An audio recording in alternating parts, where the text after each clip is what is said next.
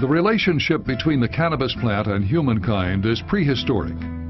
Believed to have originated as a wild plant in Asia, it was present at the very beginnings of agriculture and has been in our service ever since.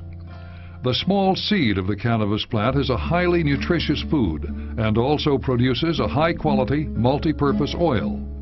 Its stalk is the source of a durable fiber which helped provide the raw material for clothing the earliest human communities. Hemp probably is the oldest crop of multiple use benefits to humankind, as far as we understand it. You could eat it, and you could wear it, to say the least. Hemp seed is the #1 most nutritious food you can put in your body. Gruel is hemp seed and water.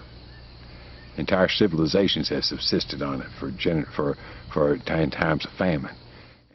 The smoking or ingestion of the budding parts of the cannabis plant for their euphoric effects has also played a part in our history as social custom, medicine, and as a religious ritual.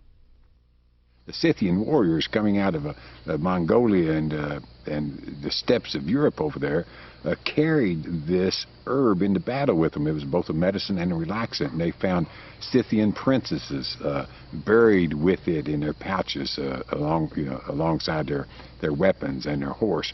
Cannabis sativa has been used all over the world by a wide variety of cultures in a wide variety of different countries.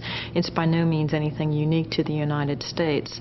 And so I think as people began to use cannabis sativa in a wide variety of ways, they began to notice that there were really a lot of distinctive different uses, one for industrial purposes. So a lot of varieties were specifically bred for industrial uses, primarily for the fiber and the oil that came from the plant. Whereas other cultures were more interested in using cannabis sativa for other more personal uses or cultural purposes, and that would be those varieties that have the higher THC content. Our own language reflects the dual nature of the cannabis plant and reveals a certain disconnect between the two aspects of the same species of plant. Hemp is the common name for the once important fiber crop, which was cultivated in North America beginning with the arrival of the Europeans. The word marijuana, which originated in Spanish-speaking America, conjures a very different image and history. In the lexicon of contemporary American slang, there is no shortage of synonyms for this word, which refers to the plant first criminalized by the federal government in 1937, known variously as pot, grass, weed, smoke, and reefer.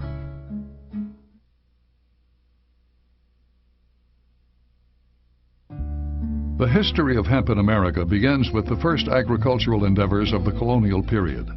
Hemp had been an indispensable article of trade throughout Europe since earliest times, and had been used virtually all over the world to make all types of fiber-based commodities, from clothing to fishing nets to writing paper. In England in the 14th, 15th, and 16th century, there were provinces and areas of England where it was mandatory that the people grow some block of hemp for the kingdom. Despite the need, a less than prolific hemp culture existed in the British Isles, resulting in a chronic reliance on imported fiber. That dependency caused considerable anxiety for the British, especially whenever war threatened to cut off their supply. With the establishment of colonies in North America, the English were eager to introduce the seed and strongly encouraged the colonial farmer to plant hemp alongside his other crops. Key to their enthusiasm was that no other fiber was as well suited for transformation into the strong, flexible sails, rope, and rigging so important to the British Navy. Hemp was excellent in this regard as it resisted the corrosive effects of salt water, and when it did begin to fail as rigging, it was picked apart and used for caulking the hulls of the wooden ships. Hemp was an essential commodity for a nation which wished to expand its influence and its wealth by dominion over the world's oceans. For all its utility, hemp culture expanded very slowly in colonial America. In the South, it lagged behind tobacco, which became a very profitable article of trade for the colonist in Maryland, Virginia, and the Carolinas. Despite persistent urging from England to produce more hemp, the Southerners were content to rely on tobacco as their chief money crop. In 1700, Massachusetts attempted to encourage her fledgling hemp industry by requiring all manufacturers of rope to use only fiber grown within her borders. The early shipbuilders along the northeast coast, whose industry had always been dependent on imported hemp, saw the value of a ready supply of good fiber on their side of the Atlantic.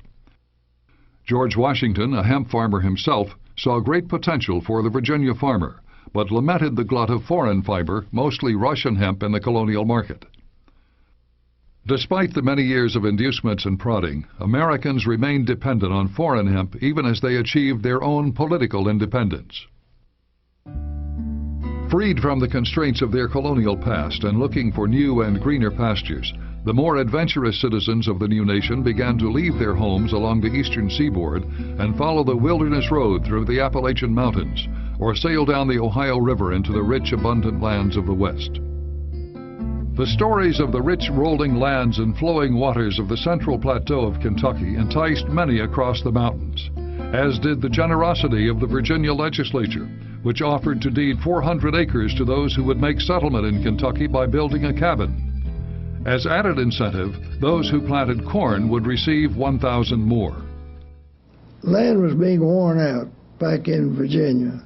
There were all sorts of political and social problems developed in that on the eve of the Revolution and then in the Revolution itself.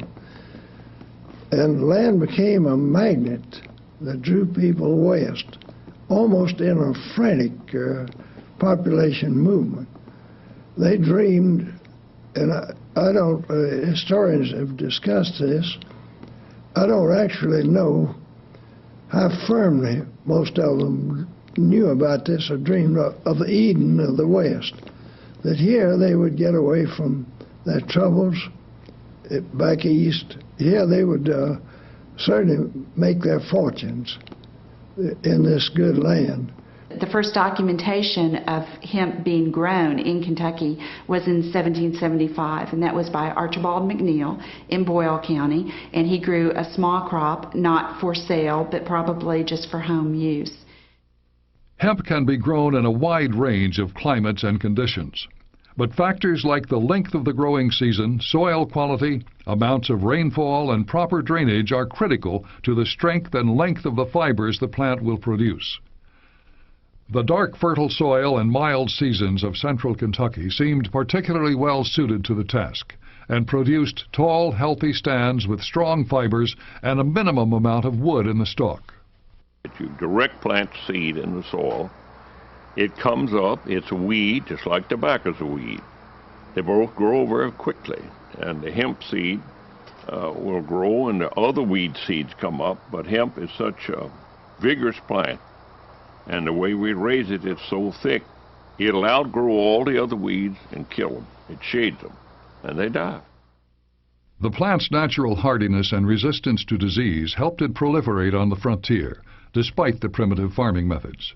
A farmer could sow as much seed as he had available, and in a good season be assured that he would have a substantial crop in just a few months. Once harvested, the fiber suffered very little from spoilage, making it ideal for storage and transport. The chronic shortage of cash money on the frontier also made hemp a valuable commodity for farmers who could exchange their crop in payment for needed goods.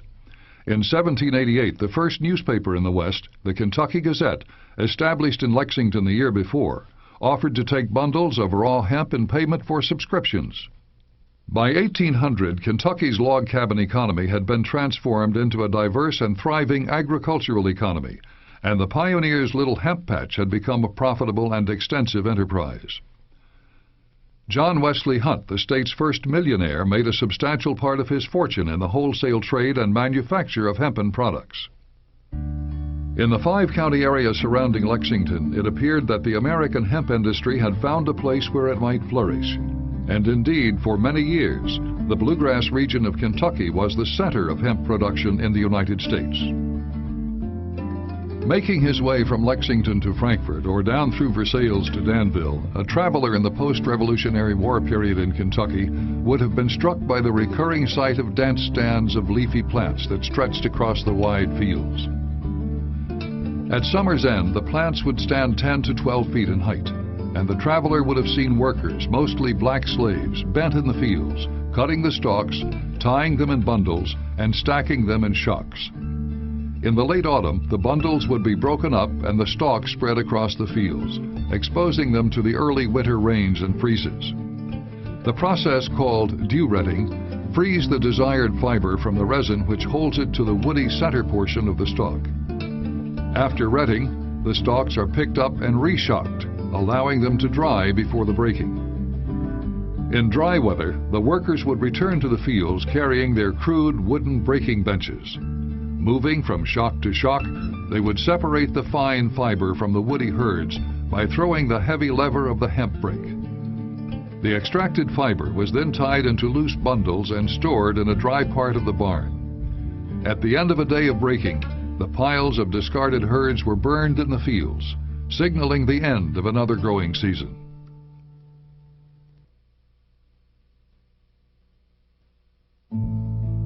Along with the expansion of hemp cultivation, the manufacture of hempen goods had been progressing in the States since the days when the first settlers had spun crude hempen cloth on their spinning wheels as an improvement on the nettle lint and buffalo wool they had been using to make fabric. The very earliest huntsmen came in here had to wear skins for clothing. Coonskin cap, everything they had on was coons. Their leggings and their feet were made out of animal hides. All right, you bring your family, they're going to wear animal hides until one of about 2 or 3 things. You either can manage to have with sheep, you can plant flax, or you can plant hemp. Hemp was actually spun in the home. You could do the entire process to actually end up with clothing or textile fabric right in the home itself. The hemp might have been grown on the farm, and then of course you would do the retting or the rotting of the fibers, and then on to the hackling and the spinning, and then the weaving, and then making something into cloth. So that was easily done as a process right at home. Cordage of various kinds was another necessity of frontier life, and smaller types of twine and rope could be produced at home without the aid of special equipment. As time went on, the demand for larger lengths and widths of rope for use in shipping and industry brought about the development of rope manufacturing sites known as rope walks. A rope walk was a long, narrow building, usually a wooden structure, with a hand-turned wheel at one end. Sometimes a horse or mule would be used to supply the power. The rope maker would attach a bundle of combed or hackled hemp to a hook on the wheel, and walking backward would twist the fibers around one another as they were drawn out of the bundle. The long yarns of fiber were in turn spun together for the desired width of rope. 2 events occurred in the American South in the 1790s which were to have a tremendous effect on the early hemp industry in Kentucky and later in the Midwest. The first occurred in 1795 with the signing of the Pinckney Treaty between the U.S. and Spain, which allowed Americans the right to freely navigate the entire length of the Mississippi River. It gave early traders much wider access to markets through the port of New Orleans. The second was the invention of the cotton gin. Prior to 1793, the use of cotton had been greatly limited by the difficulty of separating the lint from the seed. The development of the cotton gin in that year revolutionized the cotton industry and gave birth to the new king of the South. Once you invent that little cotton gin, which is a very simple thing, once you develop that thing and then refined it and built larger gins, the cotton belt expanded just like wildfire. In order to protect the cotton during shipment to the textile mills of Europe and New England, it had to be tightly compressed into bales and then covered and bound with strong material. Durable hemp bagging and cordage from Kentucky provided the answer. For each 300-pound bale of cotton, 15 pounds of hemp bagging and rope were required to suitably clothe the king. By 1802, 250,000 pounds of cordage alone was being shipped from the port of Louisville down the Ohio River to the Mississippi and on to New Orleans. In 1810, a visitor to Kentucky named Thomas Joines noted, "The inhabitants of Lexington now turn their attention almost entirely to the cultivation of hemp, for which they find their soil adapted and which is more profitable than anything else they can grow." It appeared to many that for as long as this mutually beneficial relationship continued, the hemp industry would surely prosper right alongside King Cotton.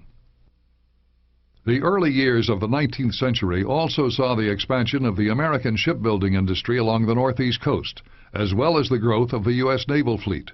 Both were large consumers of hemp for marine use. A three-masted frigate like the USS Constitution required 30 tons of hempen rigging, tow lines, caulking, and sailcloth to be properly outfitted. In the West, Kentucky hemp was playing an important role in the development of the riverboat trade, but the large and potentially lucrative seaboard market to the east remained out of reach. It was very difficult to transport anything overland or upstream. Anything in volume, it was nearly impossible to transport it out of this region. All heavy stuff had to be shipped downriver, and if it was going to some other place, picked up by sailboats that traded up the Atlantic coast. The shipbuilders of Boston, New York, and Philadelphia, who had enjoyed reliable access to foreign sources of hemp in Europe and India, saw the situation change in the early 1800s. War in Europe and a second war with Britain in 1812 caused the U.S. Congress to enact embargo and non-importation legislation which tightened supplies. As prices began to rise on the East Coast, the Kentuckians saw their opportunity to become competitive and perhaps even replace the foreign suppliers in the eastern market. Led by their able statesman Henry Clay, the Kentuckians became great advocates of the tariff on hemp and demanded that Congress leave it in place, even after the hostilities had ceased. Clay's eloquence, as he argued for protectionism and America's commercial self-reliance, won him the nickname the Prince of Hemp and became the foundation of his 1824 bid for the presidency. Clay, as a state legislator, had a suit made out of hemp and fiber, and he appeared in the Kentucky legislature dressed in a hempen suit, advocating for the protection and production of the crop. In spite of the efforts, the Kentucky farmer was never able to claim more than a modest share of the northeastern market, even at the height of protectionism. An underlying reason for this may have been the practice of dew-retting his crop in the field, a practice that many in the marine industry felt resulted in an inferior product. It appears that though the Buy American idea was always politically attractive, Russian hemp, which was rented in the early snowfalls of the Baltic region, was perceived by most Navy men to be more consistent in strength and better prepared for market than its American cousin. But with all the political clout that Kentucky had in Washington, Henry Clay and others, they were never able to capture that naval market. Politicians from Kentucky and Missouri always protested, but the Navy continued to purchase most of their hemp abroad, even when forced to pay a higher price. The quality issue was never settled, and as time went on, it became less relevant. The advent of the steam engine was slowly doing away with the great sailing ships and reducing the need for anybody's hemp.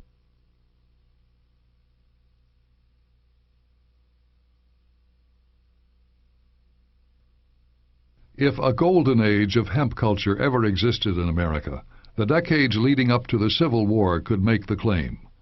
In spite of its troubles, market forces and new technologies conspired to create a period of prosperity and relative stability in the industry, which lasted into the 1850s.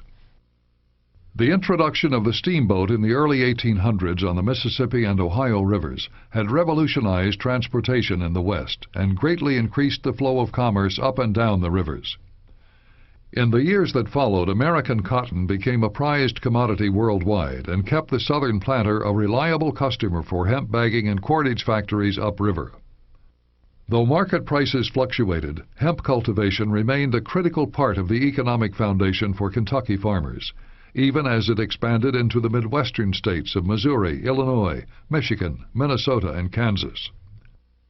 During this period, Kentucky hemp continued to be the state's leading money crop, second only to livestock in returning dollars to the farm. In 1849, the state could boast that it possessed 1/3 of the nation's hemp factories. There were some 159 in operation statewide, producing bale rope, cordage, linen, duck canvas, bagging, and sailcloth. Production in the U.S. peaked in 1859 on the eve of the Civil War, with a bumper crop of 40,000 tons of raw, field-broken hemp. The growth of the hemp industry in antebellum Kentucky was generated in large measure by the use of slave labor. Slaves had been brought to the area as early as 1775, and their number had steadily grown. It is not accidental that the largest concentrations were located in the hemp-producing regions of the state. Hemp and slavery were almost synonymous. At that moment when you needed help, you had to be thoroughly convinced that you had help enough to handle the crop. You didn't need them all year, but you certainly need them maybe at planting time, but desperately at harvest time. Compared with the cotton-producing states, Kentucky's agriculture had remained more diverse in nature, keeping her less dependent on slave labor, at least directly. However, Kentuckians were actively involved in the slave trade, and many Kentucky-born slaves were sold to work in the cotton fields down south. With the outbreak of hostilities at Fort Sumter, the Southerners immediately declared an embargo on cotton and halted all exportation of its most prized commodity, believing an international shortage would be a good bargaining chip with the Europeans, especially the English, who were extremely dependent on cotton to keep their huge milling industry humming. As a matter of fact, that was a basic factor in the Southern hope in the Civil War, that Britain would come in on the side of the South.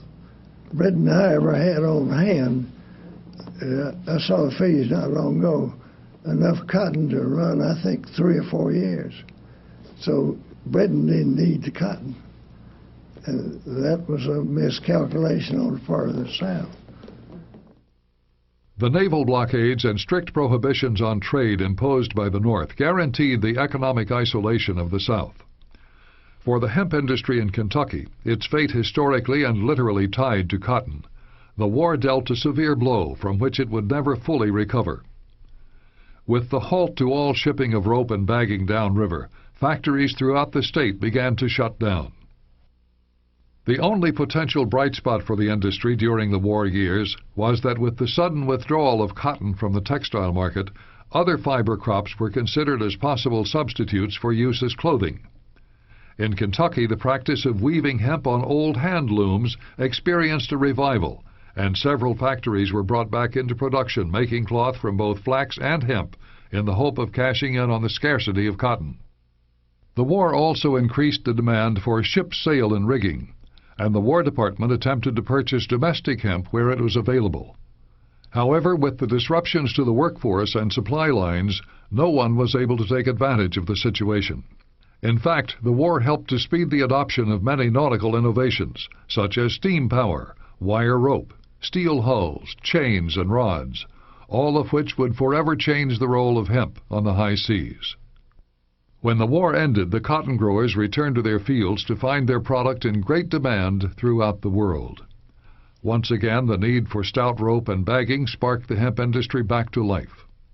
Prices climbed steadily to their pre-war high, and by 1869, Kentucky had regained her role as the nation's principal producer. It appeared to all that the good times had surely returned.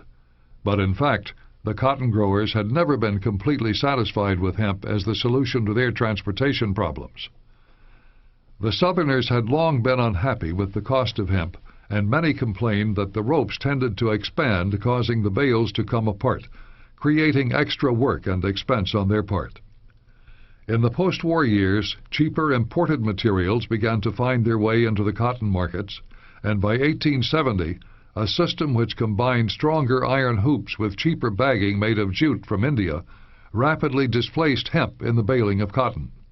Once you introduced steel ties into buying cotton bales, you killed off the market for bale rope, just dead. Seemingly overnight, the hemp industry, so dependent on the southern market for its lifeblood, looked as if it were about to vanish from the American landscape. From its peak levels of some 40,000 tons just before the Civil War, U.S. production dropped by 90% to just over 5,000 tons by 1878, with almost the total amount coming from Kentucky. The last decades of the 19th century saw the further retreat of hemp culture in America as the market became dominated by an abundance of cheaper, imported fibers like abaca from the Philippines, sisal from Africa, henequen from Mexico, jute from India, and hemp from Russia and Italy.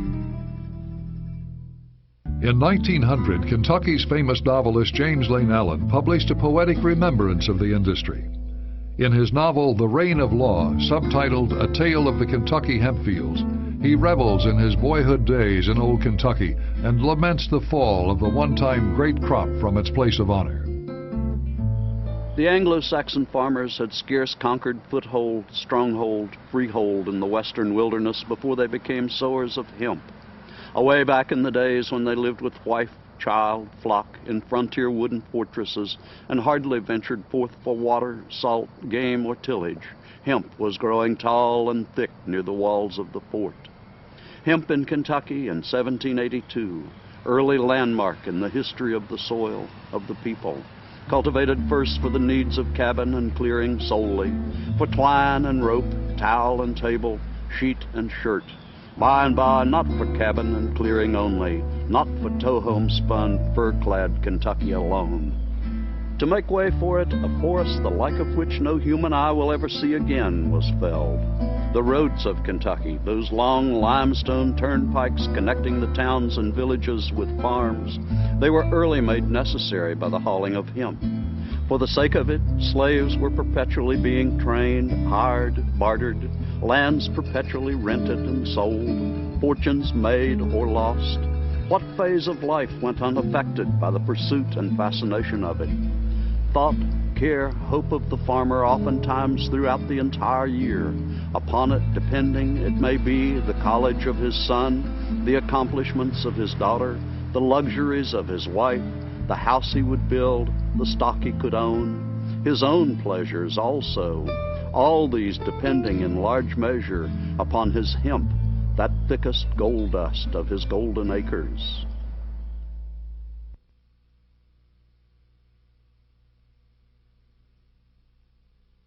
The beginning of the 20th century found American hemp a minor crop with production limited to small regions in Kentucky and parts of central Wisconsin. The U.S. farmers still contributed a small amount of hemp to manufacturers of baling twine and thread, but the wide variety of low-cost, high-quality fibers readily imported from third world countries, like the Philippines and Africa, kept domestic hemp production at marginal levels. Always the war baby, the interruption of shipping caused by World War I created some interest in American hemp, and production increased each year of the war's duration, but quickly waned with the return to peacetime.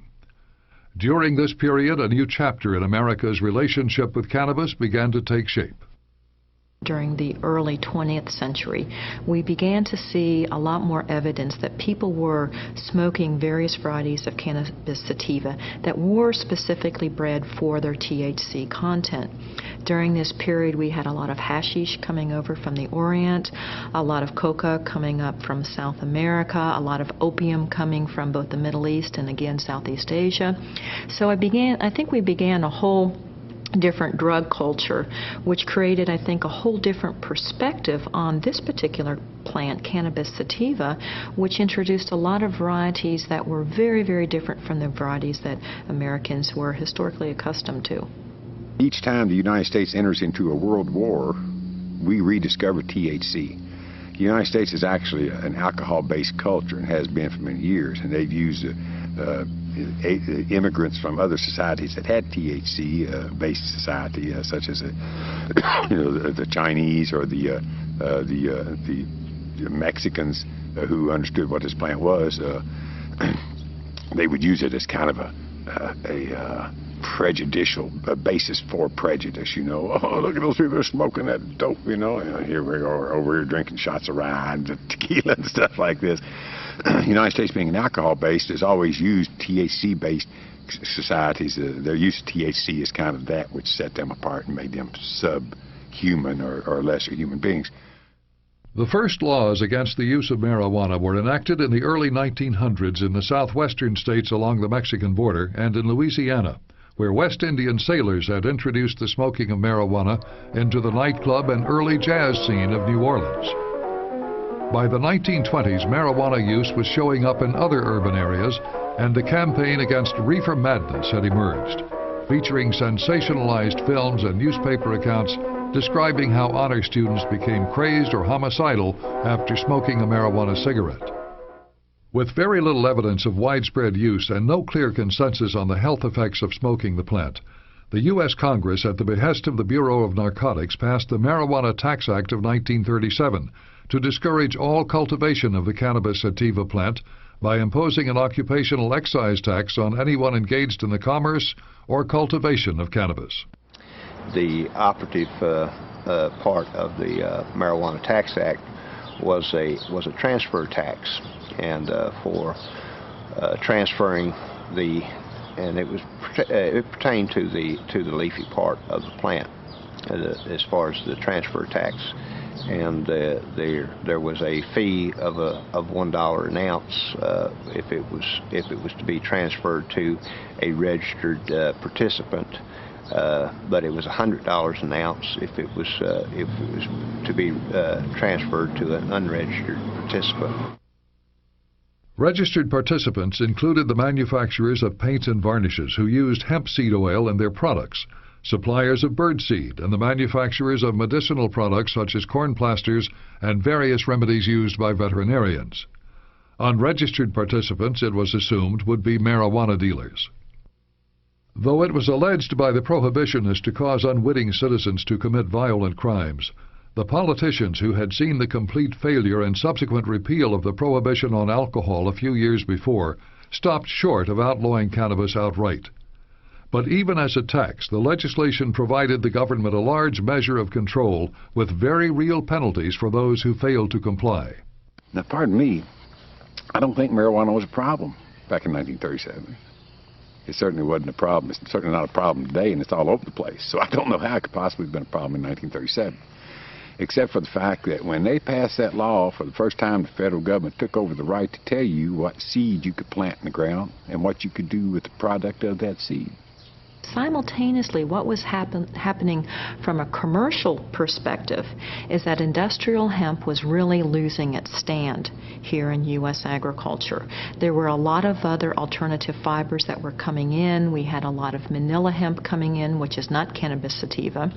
We also had sisal coming in from the Orient, cotton coming in from the Middle East, abaca coming in from Southeast Asia, as well as a lot of synthetic materials, particularly during World War II, that were coming in to supplant the price effectiveness or competitiveness of industrial hemp in the commercial agricultural market.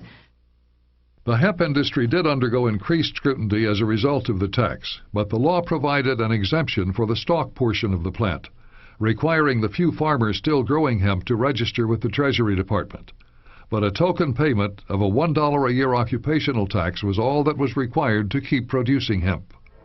The campaign against marijuana, which originated with state and federal law enforcement officials, was bureaucratic in nature and hysterical in tone. It succeeded largely because it circumvented any attempts for a true public or scientific debate on the issue. The prohibitionists deftly fused marijuana usage with the deep-seated racial fears and the isolationist tendencies of America in the 1930s, and the result was the Marijuana Tax Act of 1937. 1 year after the Marijuana Tax Act was passed, an article in Popular Mechanics magazine predicted the unprecedented reflowering of hemp culture. It observed that new uses and the recent development of improved processing machinery were about to bring the nearly extinct crop back into the limelight, replacing the numerous foreign fibers and creating a new billion-dollar cash crop for the country's farmers. But what no one predicted was that in less than 4 years, more than 14,000 U.S. farmers would be under contract to the federal government to grow hemp on 178,000 acres of prime farmland.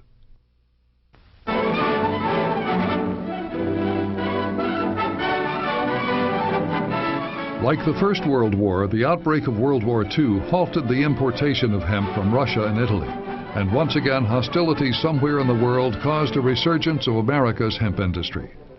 This time, however, conditions worsened with Japan's entry into the war, cutting off America's principal source of fiber, abaca from the Philippines, commonly called Manila hemp. The situation threatened to limit not only America's buildup of military forces, but also impede the growth of wartime agricultural production.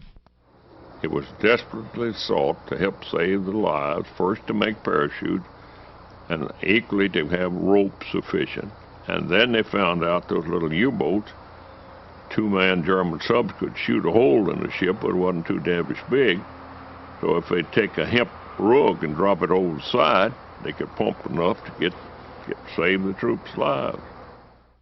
By the spring of 1942, a major government-sponsored campaign was in full swing, hoping to persuade farmers to grow the fibers so vital to the war effort. A corporation, War Hemp Industries, was put in place to purchase the crops and manage the operation of some 70 processing sites proposed for speedy construction in Kentucky and throughout the Midwest. The hemp-marijuana connection was, for the most part, forgotten during this period, though participating farmers were required to register with the U.S. Treasury.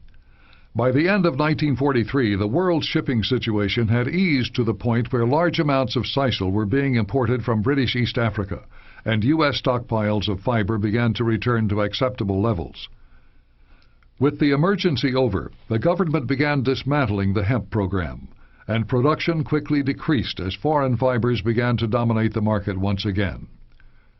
Since the participating farmers had not invested heavily in the venture, there was little resistance to ending the program, and most simply returned to growing more profitable crops like corn and tobacco. In the span of a few years, the U.S. government had gone from condemnation to adulation in their public relations campaigns for and against the cannabis plant. As the war came to an end, the crop, which had been cast as both criminal and war hero, looked as if it were headed toward extinction once again. After World War II, because the U.S. government had reauthorized industrial hemp production, although it had failed to a certain extent in terms of helping, quote, the war effort, several farmers continued to raise industrial hemp for commercial purposes through the 1950s and even into the early 1960s. However, at this time, because of the growing awareness of the drug problem, growing trade in drug use, growing evidence of drug abuse here in the United States, we made the production of industrial hemp illegal once again. This first happened in the 1950s, but some of the laws that were put in place weren't very clear. There were some loopholes around them, etc. So farmers continued to raise industrial hemp for the next couple of years, but commercially it was a failure, and legally they continued to get themselves into trouble. So it really pretty much collapsed in the early 1960s. 67, Kentucky threw the baby out with the wash. They just said, boom, anything to do with hemp, including the plant or the seed, is wrong, illegal. Then the feds got smart and came along, what, 70, 68 or 70, somewhere. And you wonder why the people quit roaming and looking for it in the country. They found out they got more headaches than they did highs, because it's a farrow plant or a wild plant which came from the seed. The seed will stay in there or something for a very long period. It wasn't doing them much good. That's the reason it's become the largest of all crops in America, but it's treated horticulturally rather than agriculturally. Exactly where it came from and how it got to be a part of our society from the 60s on is it's unclear. Some people theorize that it was the soldiers who came back from World War II. A lot of them had served in the South Pacific and in a lot of the tropical and subtropical countries where marijuana was still a part of life there. It was part of their religion, part of their customs, and And so when the soldiers came back, some of them brought that custom back with them. At the end of the Korean War, World War II, they really came down on it. Life in prison for a joint. They really suppressed it. They didn't want all these soldiers discovering THC and coming back here, having discovered it. Same thing at the end of the Korean War. At the end of the Vietnam War, not only did they lose their control of war-making apparatus and the way to make more war, their inability to control the Vietnam War was also mirrored by their inability to suppress this plant with the soldiers when they discovered it over in Vietnam. And so they bought it back and turned on my generation to it. I was turned on to marijuana by a very good friend who was an airplane mechanic in Bangkok, Thailand during the Vietnam War. He came back with a duffel bag full of it and says, "Here, try this." And I trusted him. He later became a doctor. I knew he was smart. I knew he knew what he was doing. He turned me on to marijuana, and bless his heart, saved my life.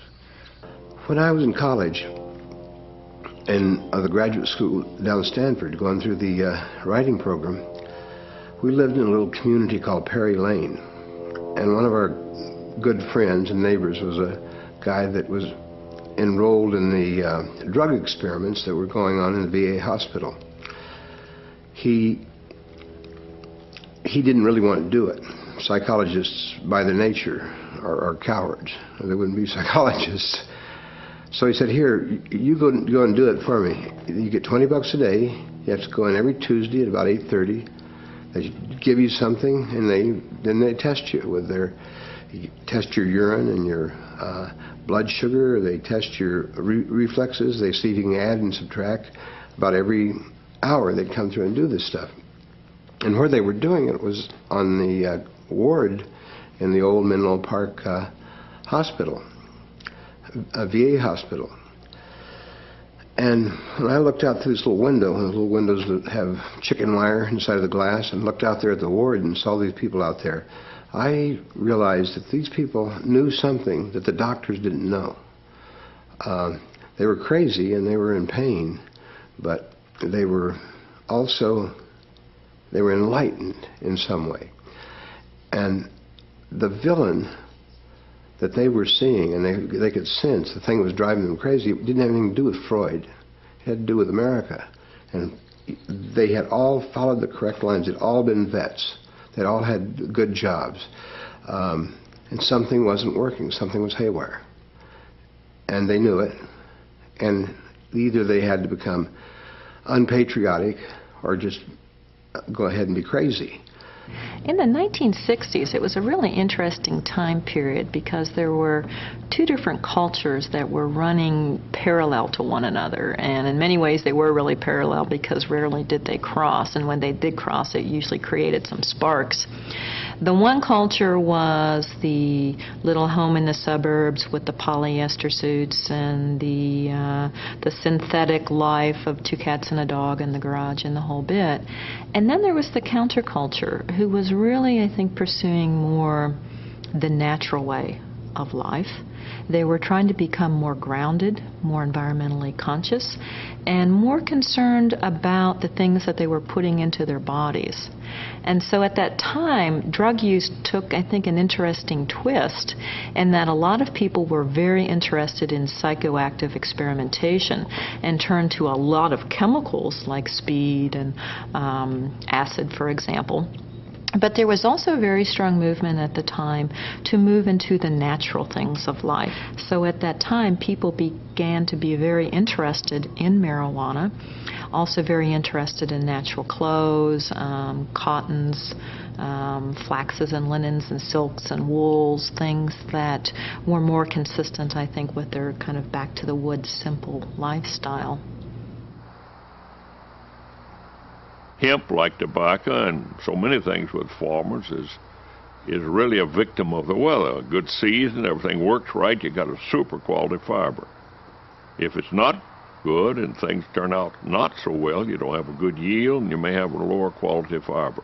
But as it used to be, and we think now would be a use for any of the fiber. It is an oil crop.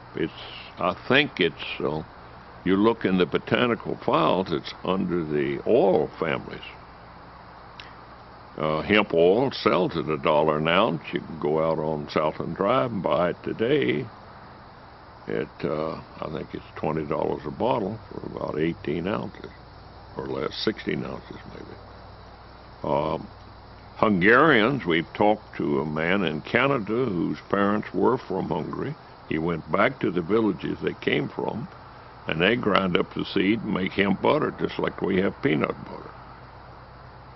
Very nourishing. They feed the school children. And if you take the oil out of it, it's just like soybean meal. You feed all the animals.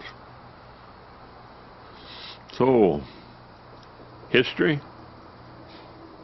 the book's full of it. It's a matter of, can we think we've grown so wise or naive or just plain illiterate, that all of a sudden the crop is all bad. And the phenomenon is, when you're eating popcorn, corn makes whiskey. You don't really think about that when you're eating popcorn, though. Or if you like real good sweet corn in the springtime and wait till hope you can get some, you don't sit there thinking about a bottle of whiskey. The damn plant can make anything out of it. It's the paper that the Constitution is written on. I used to put up hay with hemp string, by far the best string. The plastic stuff is just terrible to fool with because it all shreds and the cows get it in their toes and you can't get rid of it. The sisal, which we buy, that comes from India, it doesn't have those nice long staples that hemp has. And I've got a big ball over the house made out of hemp twine. And this area would just be a wonderful place to grow it. And you can grow that big old stuff. You can grow it as high as this barn. You don't have much potency to it at all. And my brother and I have laminated chunks of these stalks together and squeezed them down with a cheese press. So you're able to get what are essentially 4x4s with pithy interiors, and they attach together just by their own resins. It'll take a nail, you could saw it. It could be the answer to all these loggers who have run out of trees. This whole valley up there, and the first state that does it is going to be way out in front of the other states. I have talked with many older women that are farmers that are sincerely interested in industrial hemp as a cash crop. They understand the historical basis of where we've grown industrial hemp. They've done an incredible job of researching what other countries are doing in terms of raising industrial hemp. And they're very interested from a very sincere economic point of view. Could this be the next cash crop for the American farmer? Is there some hope here? There's another faction that supports industrial hemp. Not so much from an alternative fiber perspective, but from the group or the faction that's really sincerely interested in legalizing, if not continuing to decriminalize, the use and production of marijuana in the United States. So there is also a very strong pro-marijuana lobby that's acting that would also like to see industrial hemp being legalized because it's a foot in the door. They're both cannabis sativa. Let me put it like this. Some people who don't know me give me a reputation for wanting to legalize drugs. I do not want to do that. I'm in the business of trying to license and regulate cannabis as a crop. Tomatoes are legal. Alcohol and tobacco is licensed and regulated. And I seek to license and regulate, take it out of the black market status, just cannabis now. I would take the law enforcement dollar, which we would save off of the that we're currently spending on detecting, arresting, prosecuting, and incarcerating people who associate with the cannabis plant. If we change the laws, we'd save all that money. I would go after the hard drugs. I'd go after the synthetic drugs, the crack, the cocaine, the heroin, those kinds of synthetic drugs, man-made drugs, which destroy the spirit and overcome rights of determination and self-choice because they're addictive and destructive to the body. The spirit itself has become corrupted. Everybody knows that the coke is bad stuff, and that it has bad spirit. It runs through a gamut of people that are against enlightenment. They're wanting you to try this stuff. It makes you feel powerful, and then it goes away in about 10 minutes. And the people, the local people that we know, are growing little dabs of grass and stuff. Their stuff isn't that strong, but you don't want it that strong. It's one thing that we've learned is you don't need a huge bunch of anything. You can get the same effect with just a little bunch. And we're mature enough to be able to make those kind of decisions. We've never heard it debated. We've never heard this gateway drug thing debated. You know, they say grass leads to heroin. You can say the same thing about milk and gin. If I took this low THC and tried to produce a marijuana, you'd have a hell of a headache. You wouldn't get any, whatever the euphoric is. There's no question that people in Canada can testify they've had no problem with any plot of this stuff, either in England or Canada or some of the other, or Germany. Germany had enough intestinal fortitude in when they took East Germany, they paid one fellow $750,000 to quit raising it. In less than 10 years now, they've turned it loose. Any German farmer can raise it. They learned. They were willing to say we made a mistake. Bam, go on and do something to raise the fiber to help mankind. Did you hear that plane go over a little bit ago? Mm-hmm. That's a sheriff's deputy's plane. It's a white plane with black wingtips. And it starts about this time in May and continues to fly over our place every day until way late in the fall. And the guy knows I'm not growing anything. And I know he knows. But that's not it. There's sort of a Indian wrestling going on here. The Drug Enforcement Agency really has continued to fight this issue very, very hard. And from a legal perspective, the U.S. government continues to make no legal distinction between industrial hemp and marijuana. However, interestingly, in terms of our international trade treaties that we have signed, for example, through the GATT or through the World Trade Organization, we do make a legal distinction between marijuana and industrial hemp. And that's why we permit the importation of industrial hemp products in the first place. For the industrial textile aspects of it, I would let the market control what happened to it. Since it doesn't have any drug content to be reckoned with, it has some, but it's negligible. It won't get anybody high or anything.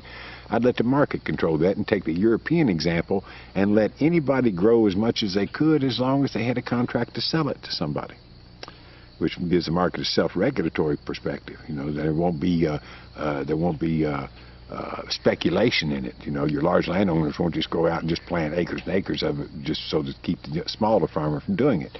If they don't have a market for it, they can't grow it. They got a market for it. The industry wants to buy it and get a contract for it. Yeah, you can grow it.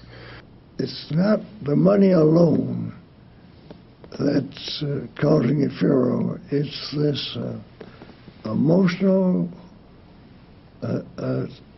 attachment, this very spiritual soul attachment to the land and its products. And that can run pretty deep. But that also can end very abruptly, too. I also think in terms of the people who like this as a fad is that they sincerely believe that we need to get back to a more natural state of things. And industrial hemp is currently being touted as something that's environmentally safe, if not environmentally conducive to having a saner society, to be able to raise and produce products that are sustainable. That we're no longer raping and pillaging the earth. We're no longer cutting the trees down. We're raising a sustainable crop. We're no longer relying on the petrochemical industry, but we're raising a sustainable crop that's environmentally friendly. Now, whether these allegations are true or not, and how environmentally benign industrial hemp actually is, the economic realities, can we really replace wood pulp with hemp pulp? the realities of can we really gear up all the cars to run on hemp oil rather than petrochemically based products is irrelevant. The general public doesn't know, and for the most part doesn't care. What they're doing is buying into, I think, a symbol and making the statement that even though they don't quite understand the complexities of the world market, they're making a statement that they really want to do is go back to a more natural created environment and go back to a more natural market. I personally have no desire to support either side if it could be produced without the narcotic, that side of it, then I'd say glory be. But I think, I'm not in a position to make this official statement, but make it anyway. I don't think it'll be the economic success that the advocates seem to think it might be. No, I just think we're going to be sucking the hind tits if we don't get busy and do the... If we could do the seed research, ideally we could come out and be the best source on the Americas, all up and down there, from Canada all the way to Brazil, Argentina. I'm afraid Canada's already picked up on that seed being in the profitable end of it. Now, climatically, I think we still have a better edge on it if we can get going quickly. Ideally, we'd bring seed here from all sources all over the world and quickly determine the THC level and the oil level and the fiber quality. Do you think it'll happen in your lifetime? Not mine. Not mine. I think my sons will get to see it, and daughters. All right. I'm willing to there. Thank you very much, Jay. There was a word one time, I used to know it.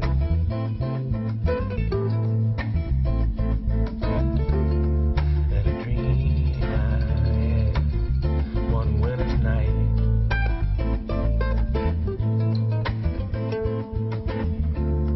When the mountains in the east were the mountains in the west,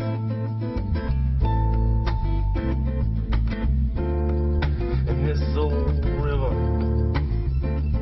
it was a friend of mine.